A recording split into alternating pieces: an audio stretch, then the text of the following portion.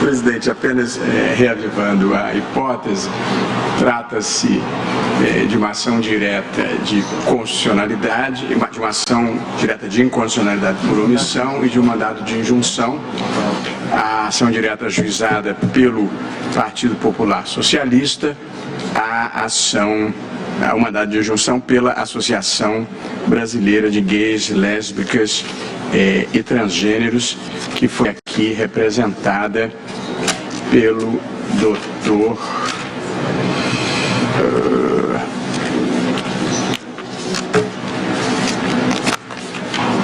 Ministro Luiz Roberto, só, desculpa, sim, só um minutinho.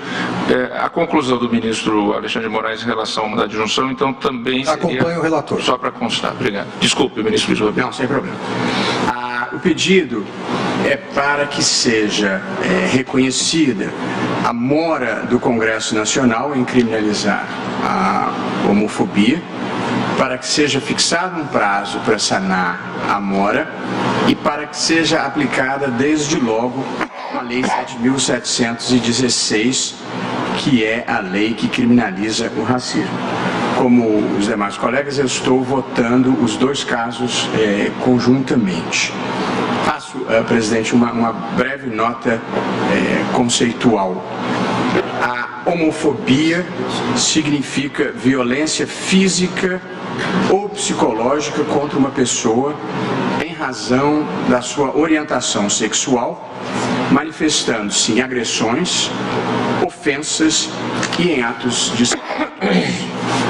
Portanto, esse é o conceito de homofobia com o qual estarei trabalhando.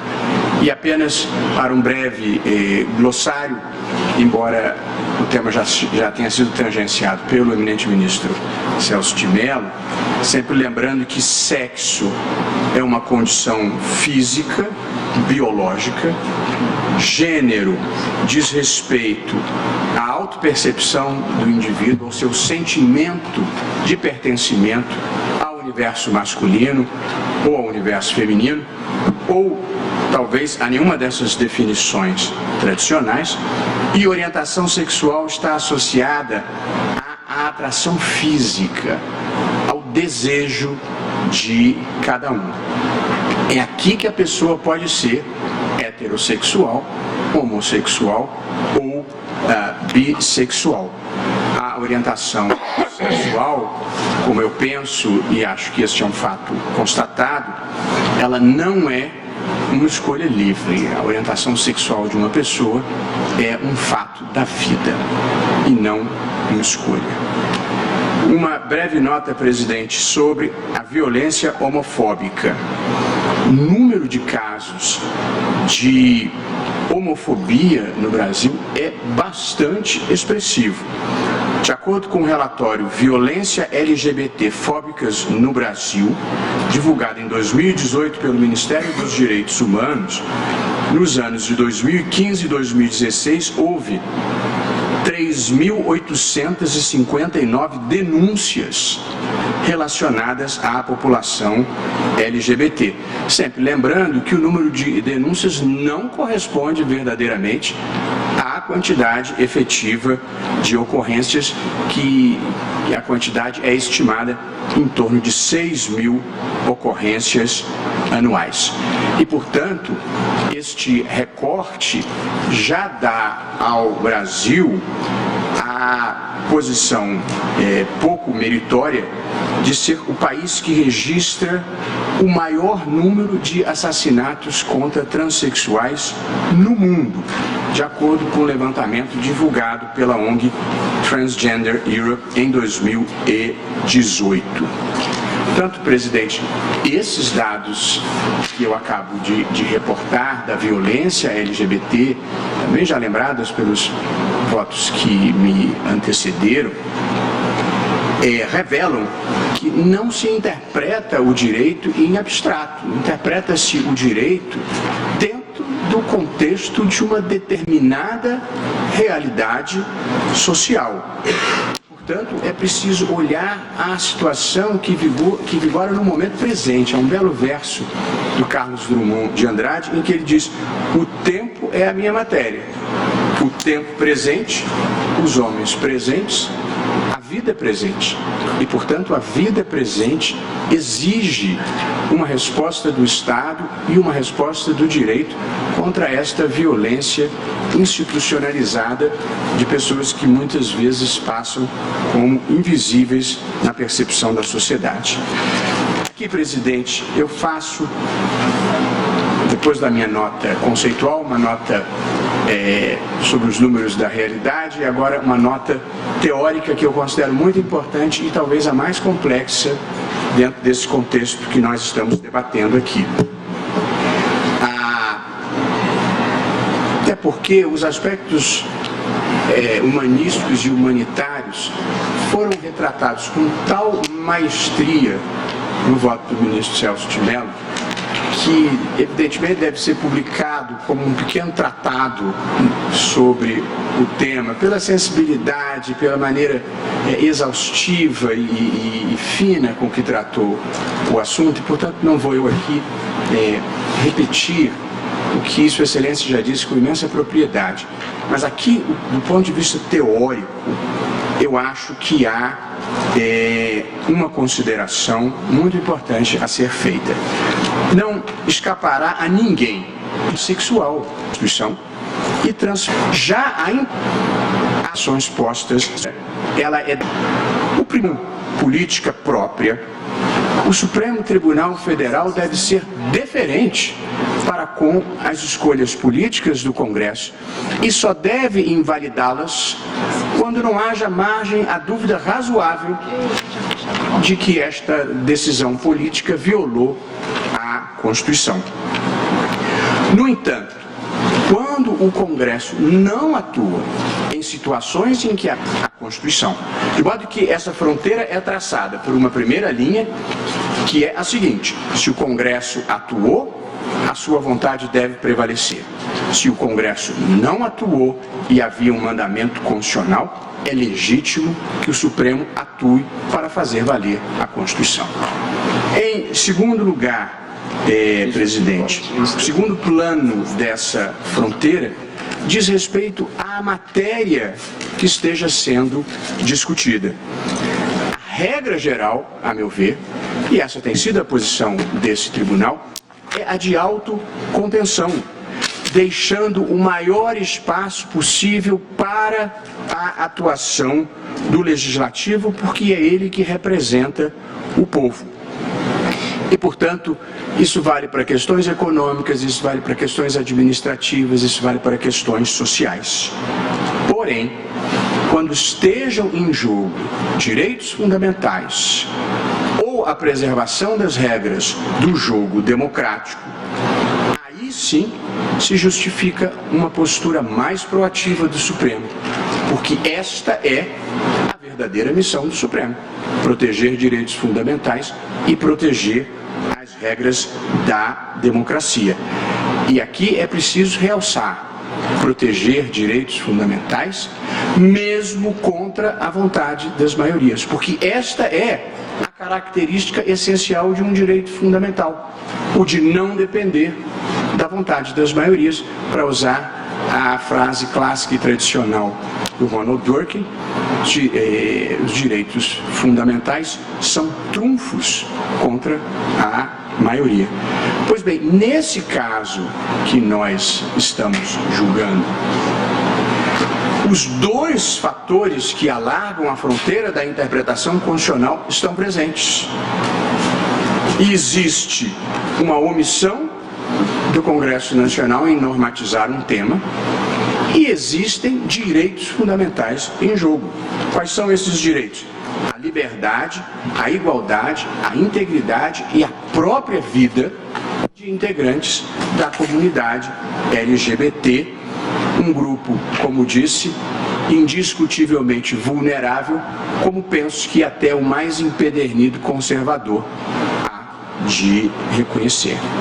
E ainda, presidente, terminando essa nota teórica que eu considero importante para justificar a nossa posição e manter esse diálogo que eu considero indispensável e respeitoso com o Congresso Nacional, porque numa democracia, política é gênero de primeira necessidade. E política se faz no Congresso Nacional, evidentemente não no Supremo Tribunal Federal. Mas numa democracia, os tribunais constitucionais, como o Supremo, têm 3 grandes papéis. O primeiro desses papéis é o papel que se chama contramajoritário. Foi abordado pelo ministro Celso e essa é a visão tradicional de que a jurisdição constitucional é o exercício de um papel contramajoritário, que é o que se manifesta quando o Supremo Tribunal Federal invalida atos dos outros poderes. Declara, por exemplo, uma lei inconstitucional, como se fez aqui em relação ao Código Civil no dispositivo que exigia autorização prévia para a divulgação de biografias. O Supremo disse: essa lei é inconstitucional, foi aprovada pelo Congresso, mas contrariava a Constituição. Esse é o papel típico e mais estudado. Mas existem 2 outros papéis que merecem destaque. As Supremas Cortes em todo o mundo desempenham também, embora não rotineiramente, mas desempenham também, em certas situações, um papel representativo, que é o papel de atender demandas da sociedade que não tenham sido atendidas a tempo e a hora pelo processo político majoritário. Às vezes o processo político majoritário emperra, mas existe uma demanda premente da sociedade e as Supremas Cortes acabam sendo chamadas para satisfazer essas demandas. Exemplos típicos do plenário do Supremo: a decisão sobre nepotismo, não vinha a lei que proibisse nepotismo e o Supremo, por interpretação constitucional, assim estabeleceu e acho que fez muito bem. Um outro precedente importante desse plenário: havia uma demanda imensa da sociedade pela moralização do modelo de financiamento político no Brasil, não vinha a legislação e o Supremo declarou inconstitucional a lei que previa uma forma mafiosa de financiamento por empresas, como a Operação Lava Jato bem demonstrou. Mas, por fim, presidente, existe um terceiro papel que é o que se está, a meu ver, exercendo aqui, que é o mais complexo, o mais delicado, o que deve ser exercido em situações muito excepcionais, mas quando a história o exija, que é um papel iluminista, que é o papel de empurrar a história relativamente a determinados temas, mesmo contra vontades majoritárias, seja no Congresso, seja na sociedade. Exemplos desse tipo de atuação pelo mundo afora: a Suprema Corte Americana, quando proibiu a segregação racial nas escolas públicas, produziu uma decisão que não vinha por lei do Congresso, não era majoritária na sociedade, mas era indispensável para um avanço civilizatório. A Suprema Corte de Israel proibiu a tortura de, aspas, terroristas, mesmo tendo tido aprovação do Knesset e suporte majoritário na sociedade, porque era iluministicamente exigível que não se admitisse esse tipo de violação à dignidade humana. Outro exemplo foi a África do Sul, quando proibiu a pena de morte, também contra os sentimentos majoritários. E no caso brasileiro, a decisão histórica do Supremo Tribunal Federal, quando validou as uniões homoafetivas, equiparando-as às uniões estáveis. Naqueles dias de 2011, veja aqui Tony Reis na audiência, não havia lei, nem era um sentimento majoritário, mas era absolutamente indispensável em nome de um direito fundamental de uma minoria, porque as minorias não podem depender da vontade majoritária, justamente porque a vontade é majoritária, não atende aos interesses das minorias. Mas veja bem, iluminista não é o tribunal, iluminista é a Constituição.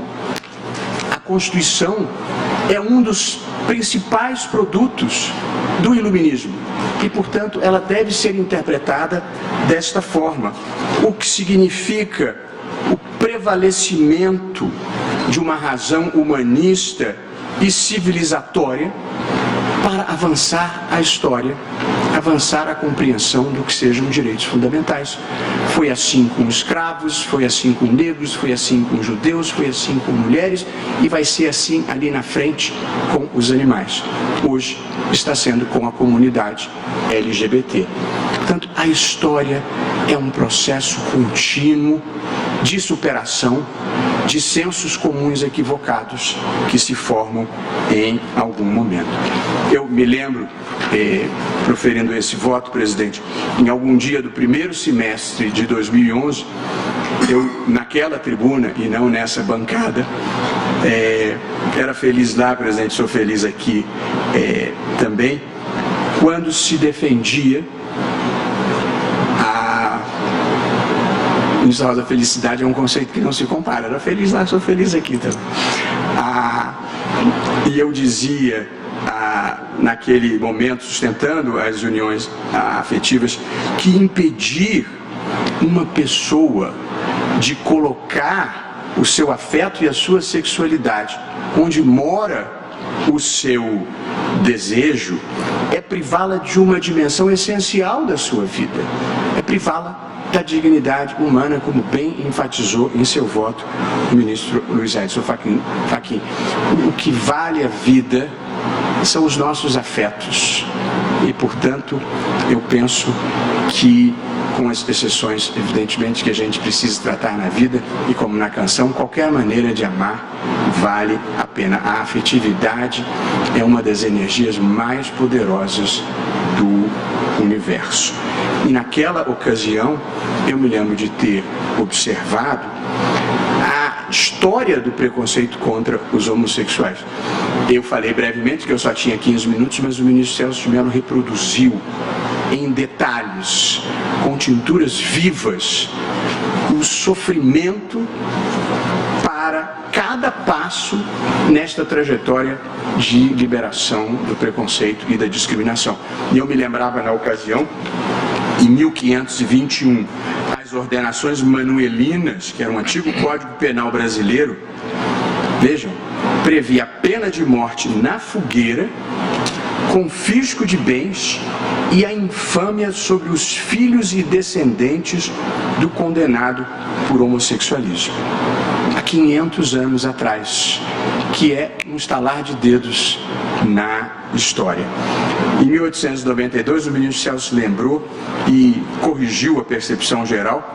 O Lord Alfred Douglas, que era o amante do Oscar Wilde, escreveu o seu poema, que se tornou clássico, Dois Amores, mas pela relação dele com Oscar Wilde, o Oscar Wilde foi condenado a 2 anos de prisão com trabalhos forçados. E uma passagem que sempre me impressionou pela poesia e pelo impacto que causa a qualquer pessoa de sensibilidade, a história de um soldado americano que na década de 70 ele havia sido condecorado na Guerra do Vietnã e depois foi expulso das Forças Armadas por ser gay. Ele produziu uma frase antológica. Ele disse: por matar 2 homens, recebi uma medalha. Por amar outro, fui expulso das Forças Armadas. A contundência desta frase e do sofrimento. Portanto, a interpretação da Constituição não pode ser alheia a essa realidade que eu brevemente procurei retratar. Passando, presidente, ao plano jurídico e não pretendendo me estender muito além, porque a questão jurídica foi tratada com maestria pelos votos que me antecederam, e aqui começa a se delinear uma surpreendente unanimidade, ou talvez não homoafetivas, no final. Foi julgado em 2011, deve ter sido proposta, não com precisão, mas talvez 2008, 2009, era impensável, assim, aquilo era uma aventura para tentar trazer um debate público. E acho que hoje em dia o debate e a sociedade brasileira amadureceram imensamente. E acho, portanto, que se forma, quando não um consenso, um sentimento majoritário de que as pessoas não devem ser discriminadas pela sua orientação sexual.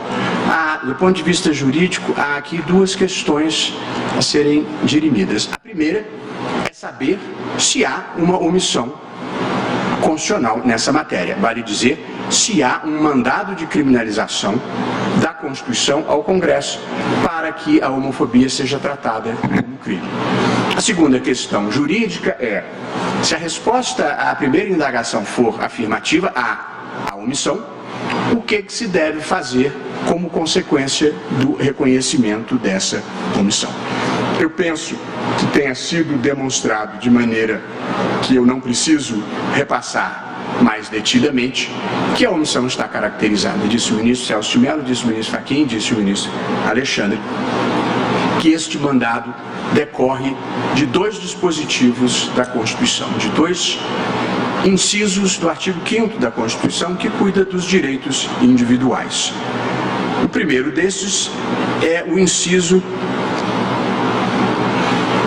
Estou nesse ramo há mais de 30 anos, mas esses algarismos romanos sempre me atrapalham. Inciso 41 da Constituição, que estabelece, inciso 41 do artigo 5º, que estabelece, aspas, a lei punirá qualquer discriminação atentatória dos direitos e liberdades fundamentais.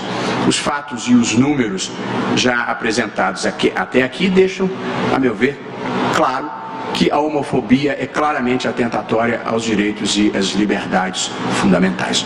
Há um ponto interessante que merece um parágrafo de comentário, é que o dispositivo fala a lei punirá, sem, no entanto, escolher se seria uma punição criminal, administrativa ou de qualquer outra natureza. E aqui, presidente, eu estou assentando que esta punição se legitima que seja de natureza criminal por três fatores. O primeiro, pela relevância do bem jurídico que está sendo protegido, que são bens jurídicos constitucionais, integridade física, psicológica e vida, e pela sistematicidade da violação a esses direitos, como os números demonstram. Em segundo lugar, e o ministro Alexandre destacou isso no voto dele, outras discriminações são punidas pela legislação com o direito penal, inclusive a discriminação de caráter religioso.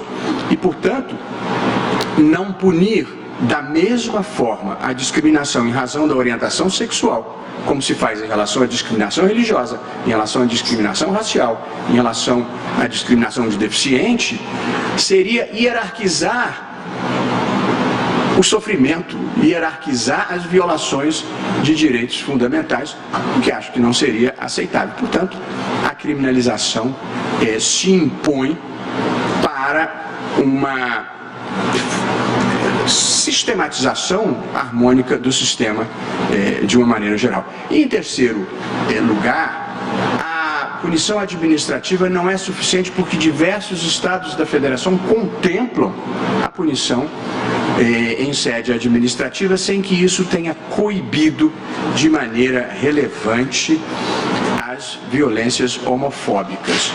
E, portanto, eu penso que deixar de criminalizar a homofobia, as ofensas, as discriminações e as agressões, nesse caso, seria tipicamente uma hipótese de proteção deficiente de direitos fundamentais que o princípio da proporcionalidade em matéria penal não admite.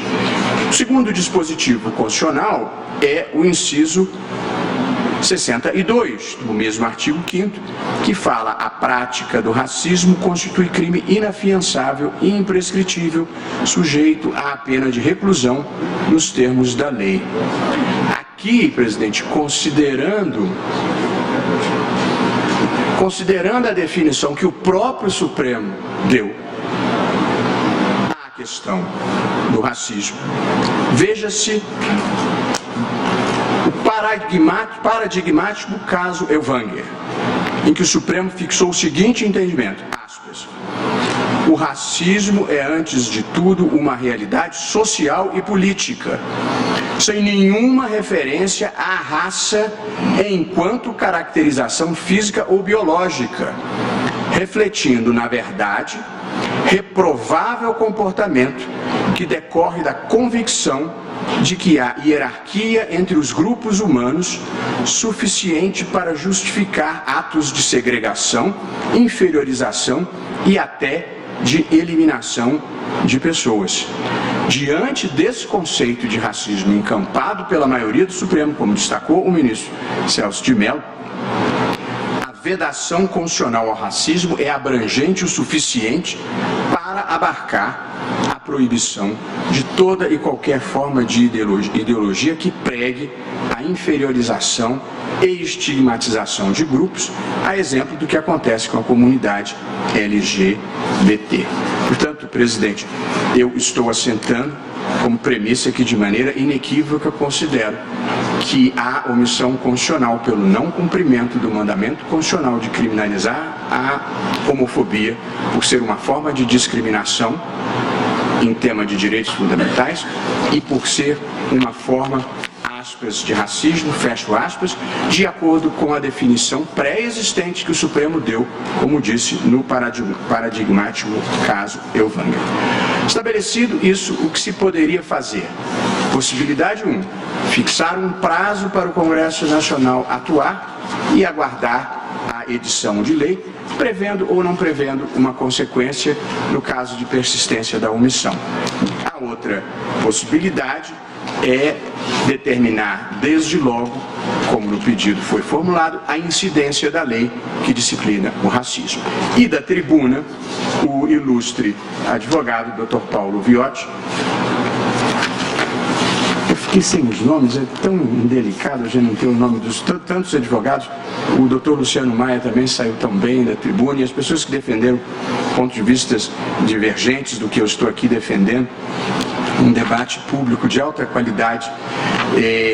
Eu aqui acrescento, presidente, que no normal das circunstâncias, eu fixaria um prazo para que o Congresso atuasse, prevendo uma consequência jurídica na hipótese de a omissão persistir.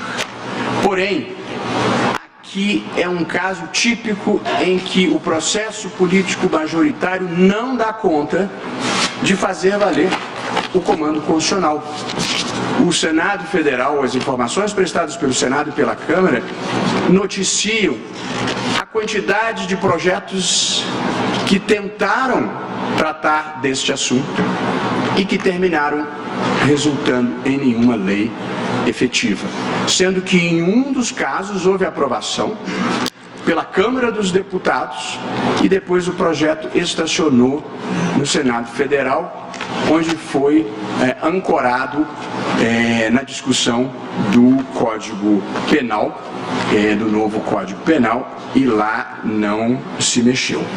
Por essa razão, presidente, eu estou acolhendo a manifestação do Procurador-Geral da República, Dr. Rodrigo Janot, aqui encampada com acréscimo de argumentos pelo ministro Celso de Mello, no sentido de dar interpretação conforme a Constituição ao conceito de raça,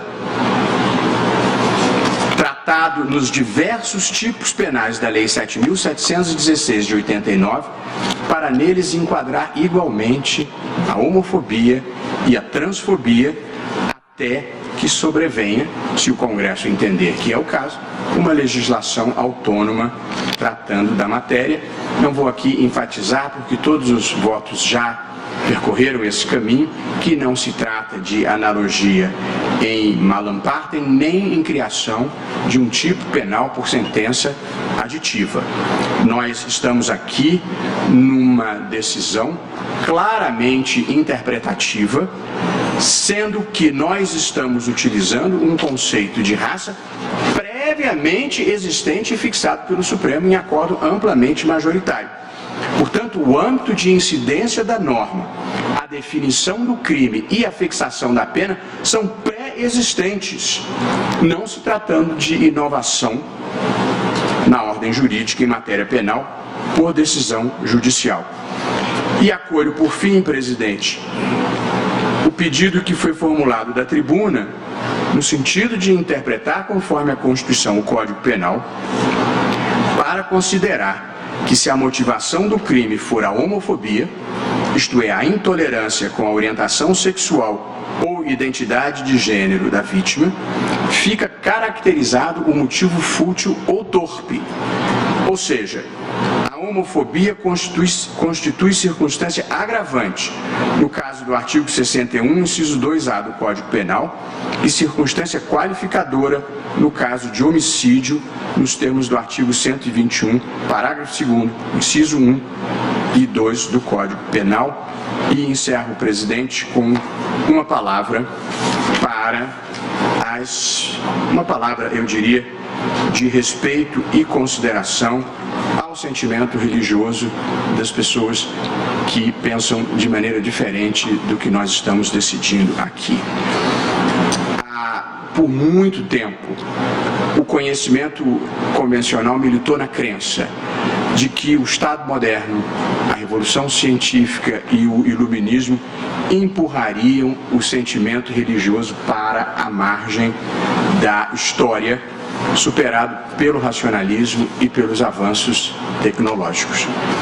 A verdade, porém, é que mesmo depois de Copérnico, Galileu e Keller com a teoria heliocêntrica do cosmos, de Darwin com a origem das espécies e a seleção natural, e da revolução na física moderna, trazida pelas leis de Newton, pela teoria da relatividade, pela mecânica quântica, e pela recente confirmação do bóson de Higgs, chamada partícula de Deus, o sentimento de religiosidade não morreu.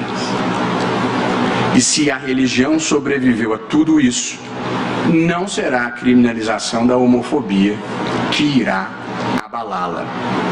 O reconhecimento da omissão inconstitucional da criminalização da homofobia em nada diminui a relevância da liberdade religiosa. O entendimento aqui defendido, muito importante, não implica criminalização dos discursos religiosos contrários às relações homoafetivas. Tampouco significa que as religiões não possam vocalizar suas crenças ou participar do diálogo amplo e aberto que caracteriza a democracia contemporânea. Penso ser perfeitamente possível que em uma sociedade moderna, plural e inclusiva, haja discursos condenando a homoafetividade como conduta contrária à Bíblia, à Torá ou ao Corão. Embora eu não concorde com essa ideia, condenar relações homoafetivas com fundamento em sincera convicção religiosa não constitui crime. E acho que esta é uma manifestação de respeito e tolerância com quem pensa diferente, que eu penso que nos caiba fazer aqui. A posição ideal de um Estado plural e democrático, quer que seja.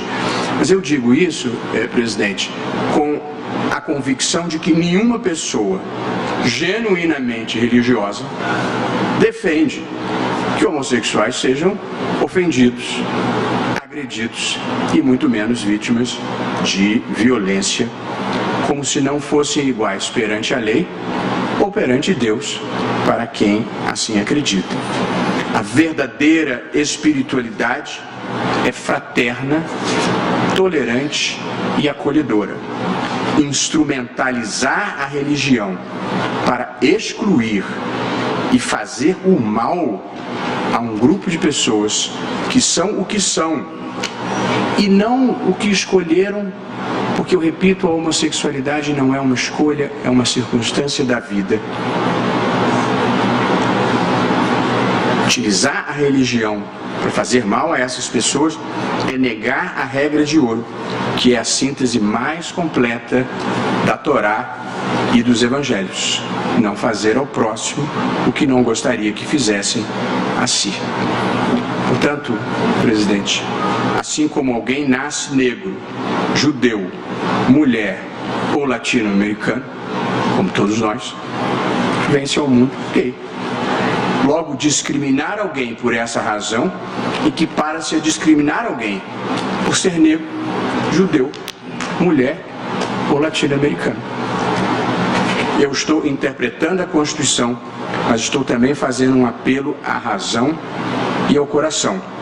Porque se estamos falando da regra de ouro, basta qualquer pessoa imaginar como gostaria que fosse tratado o seu irmão, a sua irmã.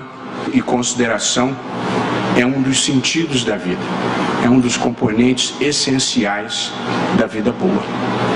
Portanto, louvando o voto magistral histórico do ministro Celso de Mello, voto denso, com a qualidade sempre do ministro Luiz Edson Fachin, eu estou acompanhando suas excelências ao reconhecer a omissão constitucional na não criminalização da homofobia.